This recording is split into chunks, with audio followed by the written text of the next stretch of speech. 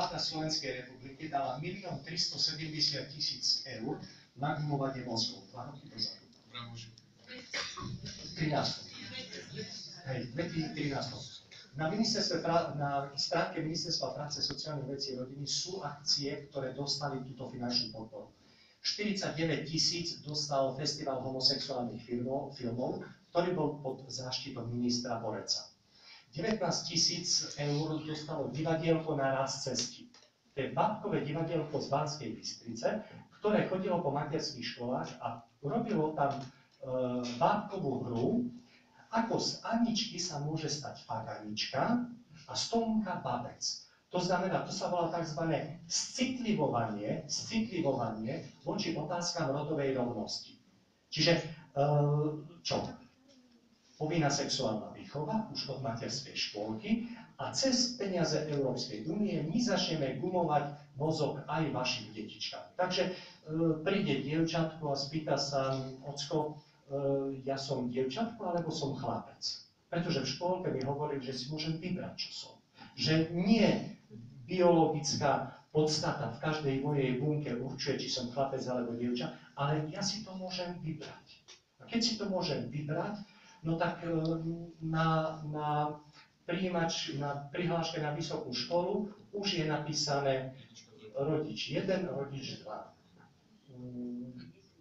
Otec Peter Jakub, riaditeľ Centra pre rodinu, zobral túto prihlášku, tak preškrtol rodič 1, rodič 2 a prepísal otec a matka. To musíme robiť všetci. To musí byť počuť náš hlas. Pripravuje sa na jeseň tohoto roku sa pripravuje pochod za život tak, ako bolo Košice v Bratislave. Z východu mám obavu. Ak nebude tu ten duch, tá motivácia, veľmi málo nás pôjde do Bratislavy. Treba burcovať už od teraz. Prvá akcia referendum, ďalšia akcia pochod rodiny v Bratislave, ďalšia akcia voľby 2016. Tých akcií bude viacej a všade musí byť počuť náš hlas, musí nás byť vidieť a my sa musíme pýtať vládu, aby plnila to, čo chceme my a to sa robí zase iba vo voľbách spoločensky.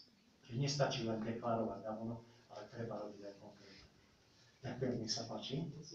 Ja som dneska u Františkanov takýto úryvok bol napísaný na papieri, neviem, či to dali kniaz, alebo sa to dostalo od niekoho, že v jednej škole v Košiciach, v tomto čase sa to stalo, bola prednáška na ochranu proti ajcu od záštitou ministerstva zdravotníctva.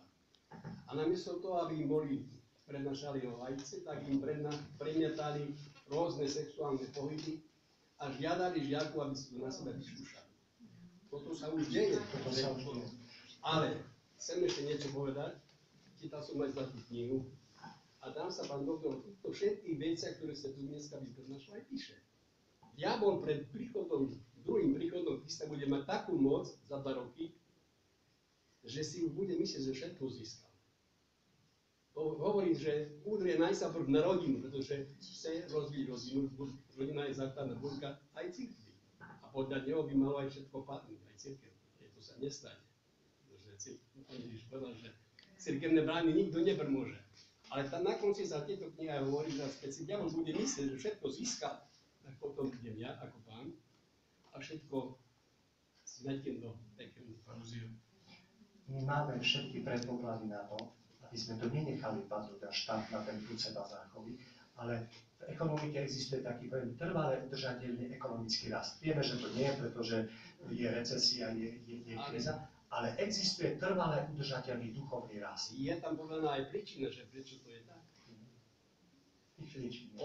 Odvraciame sa od Boha, chceme robiť všetko bez Boha. My na tieto veci, ktoré chceme robiť, nepotrebujeme Boha. Aj naša vláda je aj taká, že my nepotrebujeme, pretože je tam spústa neveriacich a čo ja neviem, oni to tak rozhodujú za nás a bez nás. Je to, len my to máme vo svojich rukách. Skutočne toto sa už deje na školách, to je realita. My sme takto reagovali aj v Spišskej Belej, toto bolo. Na tej stránke Fóra kresťanských inštitúcií je viacej takých informácií. Oni majú pripravených lektorov.